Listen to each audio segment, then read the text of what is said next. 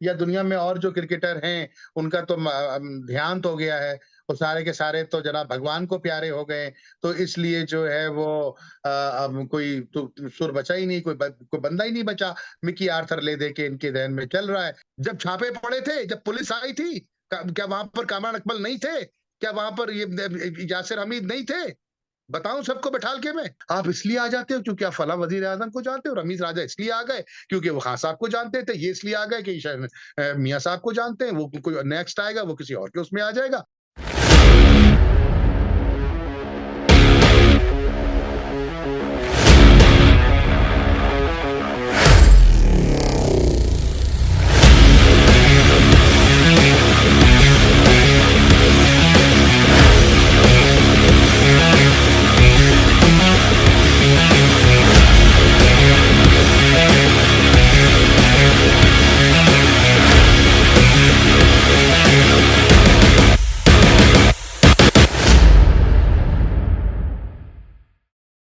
बिस्मिल्लाहिर्रहमानिर्रहीम अस्सलाम वालेकुम दोस्तों, खुशामदीद कहते हैं आपको। ये कब हमारा है कि एपिसोड नंबर 2 में, और आज हम बात करेंगे पाकिस्तान क्रिकेट के कुछ इश्यूज के हवाले से, पाकिस्तान सुपर लीग के हवाले से और एशिया कप के हवाले से। और इसी सब पर हमारे साथ बात करने के लिए इस वक्त अमेरिका से मौजूद है स्पोर्ट्स प्रोमोटर, फिल्म मेकर और खास तौर पर बड़ा बेबाक तज्जिया देने वाले डॉक्टर काशिफ अंसारी। अस्सलाम वालेकुम डॉक्टर साहब। वालेकुम सलाम, कैसे हैं शाहज़ाद मियाँ, खैरियत से हैं आप, ठीक-ठाक हैं? मैं बिल्कुल ठीक-ठाक डॉक्टर साहब, लेकिन ये जो पाकिस्तान क्रिकेट में नई-नई मंतकें आ रही हैं, सबसे पहले मैं आपसे ये पूछना चाहूँगा, ये हम लोग ऑनलाइन शो कर रहे हैं इस वक़्त, ये तो समझ में आता है। ऑनलाइन कोचिंग क्या होती है? जिन लोगों को ये नहीं पता कि कंप्यूटर के को ऑन कैसे किया जाता है, वो लोग ये फैसला कर रहे हैं कि ऑनलाइन कोचिंग होगी।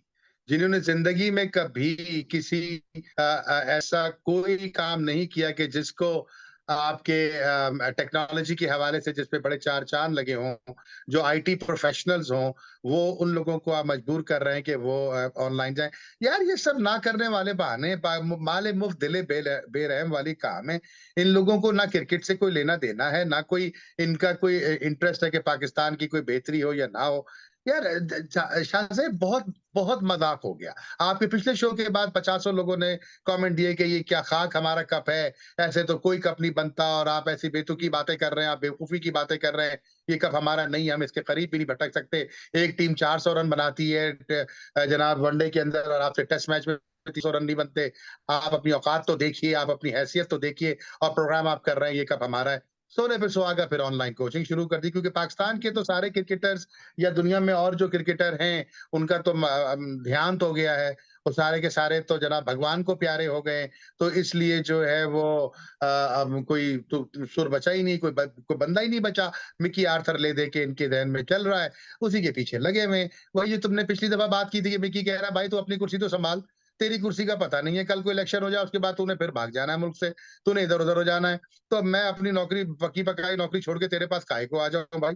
बेवकूफ़ है यार, जाहिलों वाली बातें और ये कौम को इतना बेवकूफ़ बनाया है, हमारे तुम्हारे पैसे के ऊपर, हमारे बच्चों के ख्वाबों के ऊपर। अच्छा, डॉक्टर साहब, जिस तरीके से कोच लाने की बात हो रही है, तो अब कहा ये जा रहा है कि मिकी आर्थर जो है वो टीम डायरेक्टर होंगे और उनकी एब्सेंस में यासिर अराफात जो है वो हेड कोच की ज़िम्मेदारियाँ सरअंजाम देंगे। लेकिन बीच-बीच में जिन सीरीज़ेज़ में मिकी आर्थर अवेलेबल हो जाएँगे, उन सीरीज़ेज़ में मिकी आर्थर जो है वो हेड कोच रहेंगे और वर्ल्ड कप के लिए भी मिकी आर्थर ने एश्योरेंस दी है कि मैं वहाँ पे आके हेड कोच हूँगा। तो मतलब क्या कभी वो हेड कोच होंगे, कभी वो टीम डायरेक्टर होंगे? उनके अंदर फ़रासत की कोई बात नहीं है। ये कौन लोग हैं? ये देखो अब आप आपका जो सर्कल है, जो लोग इस प्रोग्राम को शौक से देखते हैं, उनसे मैं ये सवाल करता हूँ कि कौन लोग बैठे हैं इस बोर्ड के अंदर? कैसे लोग बैठे हैं कि जिन्होंने इस क्रिकेट को अपने घर की जूती समझ के रख लिया है कि जब चाहा, जैसे चाहा, जहां चाहा उसको मोड़ दिया। ये दुनिया में किस मुल्क में होता है कि फला कोच इतने दिन तक रहेगा, फला कोच इतने दिन तक रहेगा? और कोच को आखिर क्या पाकिस्तान के पुराने क्रिकेटर्स या दूसरे फॉरेन कोचेस जो काबिल हैं, जो एहतराम है जिनका, जिनको क्रिकेट सिखानी आती है, जो क्वालिफाइड है, क्या वो मर चुके, सारे इंतकाल कर चुके, सारे जा चुके, कि हमारी सुई मिकी आर्थर पर ही अटकी हुई है? यार ये कौन लोग फैसले कर रहे हैं? ये वो साहब फैसले कर रहे हैं कि जिनको, जो हर मिनट जब उनका फोन बजता है तो वो उठाते हैं कि कहीं ये ना हो कि हुकूमत चली गई। हर फोन के ऊपर उनको ये डर लगता है कि हुकूमत, क्योंकि उनको हुकूमत से ज्यादा ये खतरा है कि हुकूमत गई तो मैं गया। तो ये इनकी तरफ से कोई कोई अक्लमंदी की बात, कोई समझदारी की बात की तवक्को करना, यकीन मानिए कि हमारी अहमकाना सोच होगी। इनकी क्या होता है कि जी यासिर अरफात को यहाँ बना दो, वो आएंगे तो वो कर लेंगे। अच्छा, वर्ल्ड कप पे मैं जरूर आऊंगा क्योंकि पूरी दुनिया का मीडिया वहां होगा और पूरी दुनिया की अटेंशन मेरे ऊपर होगी और मेरी पोर्टफोलियो और बड़ी हो जाएगी और ये होगा वो होगा, करोड़ों रुपया मैं लूंगा। यार ऐसे नहीं होता। कौन है हारून रशीद? कौन है नजम सेठी? कौन है आपका यासिर हमीद? बताऊं यासिर हमीद के किस्से आपको? मैं उस मैच 2010 के मैच में था। मैं इंग्लैंड में बैठा हुआ था जिस वक्त सारे तमाशे वहां पर हो रहे थे। मैं सामने था, मेरे सामने क्या क्या नहीं हुआ। जेफ लॉसन कोच थे, शमसुल हसन वाजिद शमसुल हसन साहब पाकिस्तान के वो सिफारतकार थे। जब छापे पड़े थे, जब पुलिस आई थी, क्या वहां पर कामरान अकमल नहीं थे? क्या वहां पर ये यासिर हमीद नहीं थे? बताऊं सबको बैठाल के मैं? किस किस को बताऊं? मैं तो ऐनी गवाह हूं ना। मुंह बंद किए बैठा हूं तो बंद करके रहने दो ना मुझे। यही वहाब रियाज थे ना। क्या बातें कर रहे हो यार? किससे बातें कर रहे हो? ये भी तो देखो यार। था क्योंकि मेरे पास सबूत नहीं है, लेकिन मैं एक एक आदमी का नाम लेकर के वो टाइम तक बता सकता हूं कि जिस वक्त उसको देख के मुझे डर लग रहा था कि अंदर कोई गड़बड़ चल रही है। वकार यूनुस भी वहां मौजूद थे, आकिब जावेद भी वहां मौजूद थे, जेफ लॉसन भी वहां मौजूद थे, सब लोग वहां मौजूद थे। आमिर भी थे, सलमान भी थे, कामरान अकमल भी थे, यासिर हमीद भी थे, वहाब रियाज भी थे। लेकिन अब वो सारे के साथ, तो ये कौन लोग हैं? इनको फैसला करने के लिए किसने कहा है? क्यों कहा है? कैसे, क्या हैसियत है इनकी? अच्छा देखो, दुनिया में क्या होता है कि जब किसी की नौकरी लगती है ना, मैं अस्पताल में इस वक्त बैठा हुआ हूँ, इस वक्त यहाँ पर 1:30 दिन का, और आज जुम्मे का दिन है यहाँ पर, ठीक है ना। मुझे यहाँ पर अस्पताल में सीईओ, मैं से अस्पताल का हूँ। मैं पिछले 32 साल से अमेरिका में काम कर रहा हूँ। मैंने जब जब अस्पताल के सीईओ की बात करी थी तो मेरे 11 इंटरव्यूज हुए थे 6 महीने के अर्से। 11 इंटरव्यूज में उन्होंने ये तय किया था कि वाकई मैं इस काबिल हूं कि नहीं हूं। फेल भी किया, पास भी किया, कम नंबर भी दिए, ज्यादा नंबर भी दिए, तजुर्बा भी पूछा, कामयाबी भी पूछी, नाकामी भी पूछी। फिर एक मेरिट लिस्ट बनी कि जी इतने नंबर आपको मिले, फलां को इतने मिले, फलां को इतने मिले।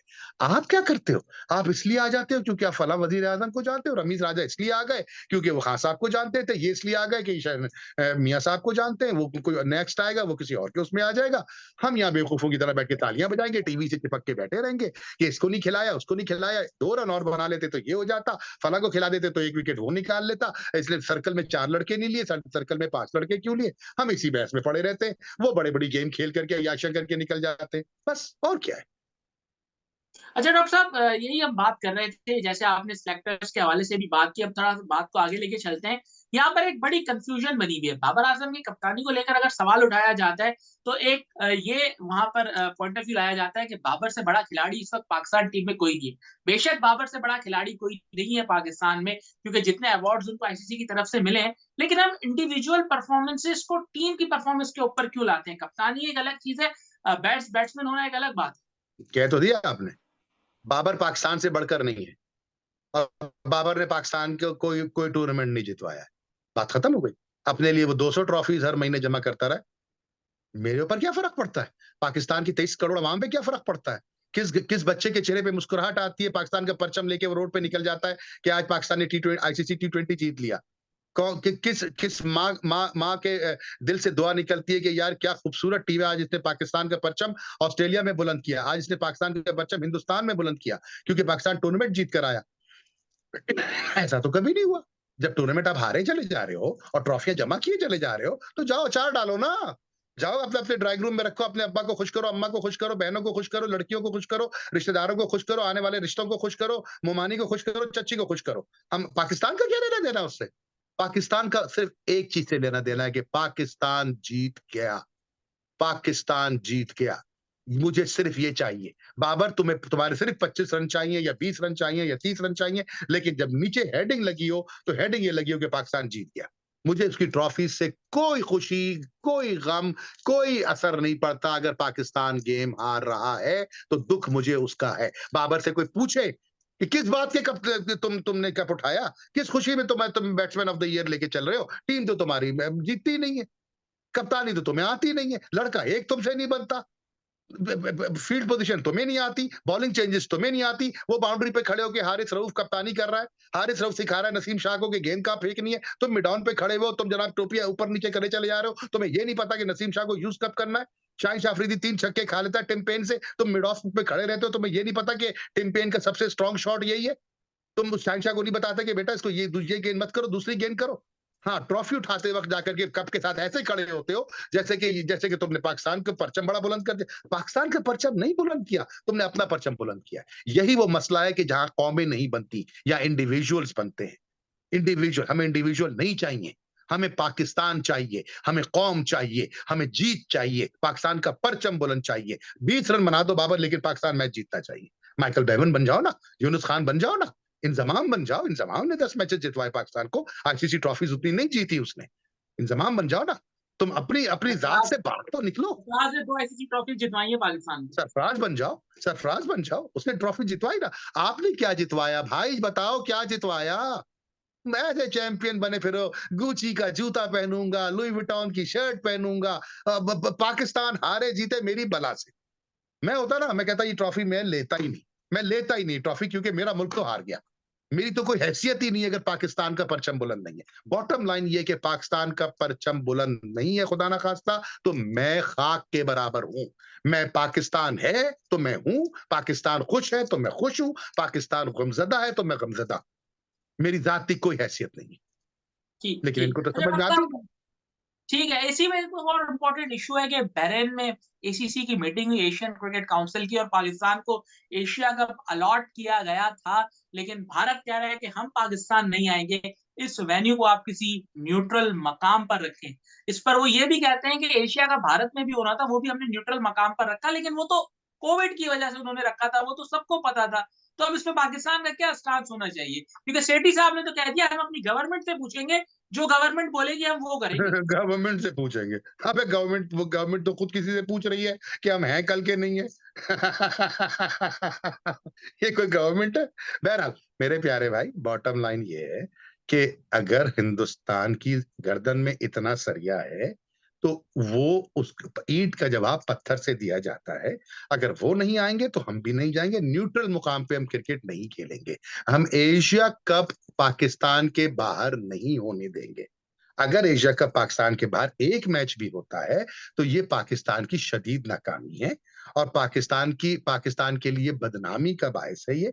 फिर वर्ल्ड कप में भी यही होगा, लेकिन सच्ची बात ये कि ऐसा होगा नहीं, क्योंकि पाकिस्तान हिंदुस्तान का जो रेवेन्यू मैच का है ना, उस मैच पे आईसीसी की बैकबोन है। आईसीसी के करोड़ों अरबों डॉलर लगे हुए हैं।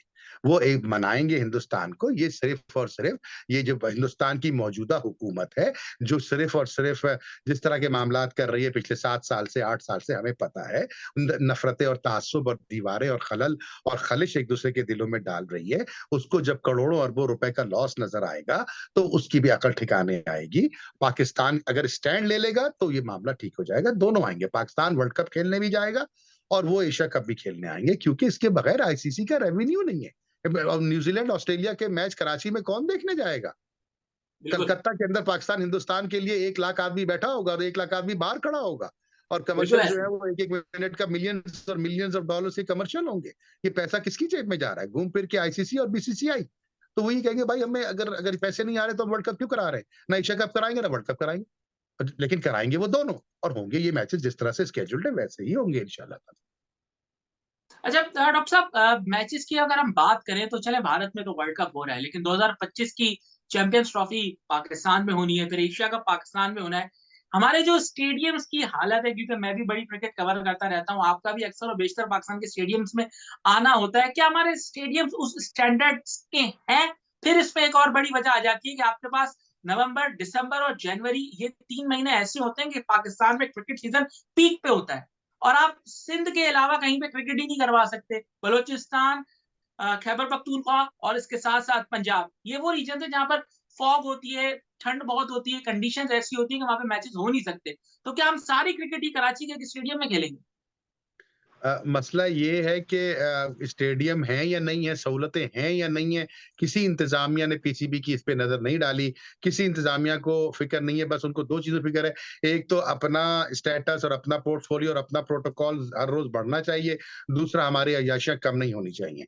अब ये तो एक बहुत ही मतलब एक एक नॉर्मल सी बात है कि आप अगर दुनिया के मुख्तलिफ स्टेडियम्स में जाएँ, जहाँ आपका भी जाना होता है, मैंने आपको कई दफ़ा दुनिया के मुख्तलिफ मुकामात पे क्रिकेट कवर करते देखा है और चंद जगहों पे शायद मैं भी गया हुआ हूँ, तो पाकिस्तान का नंबर तो 11वां है 10 में से, यकीन करिए। हमारे हर स्टेडियम में पार्किंग से लेकर के कुर्सियाँ और कुर्सियों से लेकर के पिचेज़ और पिचेज़ से लेकर के ग्राउंड की हालत और बाथरूम्स की हालत और खाने-पीने की हालत, उन सब के अंदर जो है वो मामलात इंतहाई तकलीफ़देह हैं। लेकिन उसमें किसी की अकल नहीं है, किसी की नज़र नहीं है। अच्छा इसकी वजह पता क्या होता है? इसकी वजह होती है शाहज़ेब मियाँ अकाउंटेबिलिटी और विज़न और सोच और उसके ऊपर सवाल। अब जो लोग आते हैं, जो भी आते हैं, चाहे वो रमीज़ राजा हों, चाहे नजम सेठी हों, चाहे उससे पहले के लोग हों, एहसान मानी हों या कोई भी हो, ये लोग आते हैं अपने ज़ाती मफ़ादात को पूरा करने के लिए, अपनी ज़ाती ख़्वाहिशात को पूरा करने के लिए, अपने दोस्तों को ऑब्लाइज करने के लिए, अपनी चौधराहट दिखाने के लिए, अपनी बादशाहत दिखाने के लिए। अगर ये पाकिस्तान का सिर्फ़ 5% भी सोच लें कि क्रिकेट ग्राउंड है, क्रिकेटर्स की क्या हालत है, क्रिकेट की जो एनवायरनमेंट है, कंडीशन है, उसकी क्या हालत है? पाकिस्तान के क्रिकेटर्स के घरों में कोई मसाइल तो नहीं है। इंटरनेशनल क्रिकेट में पाकिस्तान का क्या मुकाम, कितना नाम ख़राब है या अच्छा है, तो सारे मसले हल हो जाएँगे। किसी ने ये नहीं सोचा। जिस तरह हुक्मरान पाकिस्तान का नहीं सोचते, तो ये भी नहीं सोचते। मैं माफ़ी डॉक्टर साहब, चाहता लेकिन हूँ। ये जी, जी। मिसाल आपने कहीं देखी है कि पूरी सीरीज़ एक ही मैदान पर हो रही हो? अभी न्यूज़ीलैंड के 2 टेस्ट मैचेस, 3 वनडे मैचेस, अभी वो 4 टी20 भी इसी मैदान पर खेलने आएँगे। इसीलिए आपके पास कुछ है नहीं ना। आपने कुछ नहीं किया इसके ऊपर। करोड़ों अरबों रुपया आपने अपने अपने फर्स्ट क्लास के टिकट्स और 7 स्टार होटल्स पे लगा दिया, मीटिंग्स में जाने में, आने में, खाने में, खिलाने में, पिलाने में और सहाफ़ियों को की जेबें भरने में लगा दिया। जब क्रिकेट की बात आई तो उस वक़्त आप आपका विज़न ही नहीं था ना। आपको पाकिस्तान से अगर प्यार होता और आपको ख्याल था यार मेरे मुल्क आ रहे हैं ये लोग, ये सहूलतें ठीक होनी चाहिए, वरना मेरे मुल्क का नाम बदनाम होगा, तो शायद आप एक आध स्टेप ऐसा उठा लेते कि यार एक स्टेडियम से बढ़ के हम दूसरा स्टेडियम कर लेते हैं। लेकिन आपको तो उसकी फ़िक्र ही नहीं थी। आपको तो फ़िक्र ये थी कि मेरी गाड़ी का पेट्रोल कितना लग रहा है, मैं कौन-सी एयरलाइन में जा रहा हूँ, आगे-पीछे कितने लोग मेरे चल रहे हैं, आगे-पीछे प्रोटोकॉल है कि नहीं है, किस वज़ीर, कौन-सा ये, कौन-सा वो। यार ये मुल्क खा गए ना ये लोग। कोई मुल्क में बैठ के खा गए, कोई मुल्क के बाहर बैठे खा रहे। हम ना आप बेवकूफ़ बन रहे हैं बैठ कर के शो इसी पे में शो किए मैं जा रहे हैं। एक बात ऐड करूँगा कि आज ही पाकिस्तान सुपर लीग की टिकट्स की कीमतों का ऐलान किया गया है और जी, जी। यकीन माने 1500 2000 रुपए से एक जनरल स्टैंड की टिकट स्टार्ट हो रही है और शायद रावलपिंडी के लोगों को तो बहुत ज़्यादा अमीर समझा हुआ है कि वहाँ पे 2500 3000 रुपए से टिकट का आगाज़ हो रहा है। वो जो मतलब शादियों वाली जो कुर्सियाँ होती हैं उसपे बैठने के लिए। बताइए? आप बताइए जैसा कि ये क्या है? ये क कौन फैसले का देखो 4 दिन पहले तो ये आए ना, इनको तो अचानक आते ही पता चल गया पीएसएल करानी है और ये भी नहीं पता कि भाई पीएसएल के वक़्त ये होंगे कि नहीं होंगे या बीच पीएसएल में न्यूजीलैंड की इनका शुरू बोल में ढाई तीन बीच सौ रुपए पीएसएल रेट में था। बोल इस तरह गोल हो जाएगा। ये भी तो मसला है ना, तो जितना कमा सकते हो कमा लो। पता चला सेमीफाइनल वाली सुबह पता चला ये फारिग हो गए। यार ये है इश्यू हमारा। वज़ीर-ए-आज़म हर वक़्त अब जो है ना पलट के देखता है कि बाहर गार्ड खड़े हैं कि नहीं? पता चला मैं ही फारिग हो गया हूँ। पीसीबी का चेयरमैन हर वक़्त ये देखता है कि भाई मेरे फ़ोन में लाइन आ रही है कि नहीं आ रही? पता चला मैं पीसीबी के चेयरमैनशिप से हटा दिया। जो मुल्क एडहॉकिज़्म के ऊपर चलते हैं, जो इदारे एडहॉकिज़्म के ऊपर चलते हैं, वहाँ पर अकाउंटेबिलिटी नहीं होती। वहाँ पर कुछ सोच समझ वाले लोग नहीं आते। जब वो नहीं आते, तो फिर यही होता है जो आप मुझे बता रहे हैं। सही बात है, सही बात है। डॉक्टर साहब बहुत-बहुत शुक्रिया अपना तज़िया देने के लिए। इंशाल्लाह पाकिस्तान सुपर लीग का आगाज़ हो रहा है, तो आगे आने वाले प्रोग्राम्स में ज़रा डिटेल बात करेंगे उन टीम्स के इंशाअल्लाह, हवाले से भी पाकिस्तान इंशाअल्लाह, सुपर लीग में क्या कुछ हो रहा है क्योंकि अगर हम बात करें क्रिकेट ब्रांड, तो क्रिकेट ब्रांड वहीं से बनती है। तो इस हवाले से भी बात करेंगे। डॉक्टर साहब बहुत-बहुत शुक्रिया। बहुत शुक्रिया, थैंक यू। पाकिस्तान ज़िंदाबाद। अस्सलाम वालेकुम।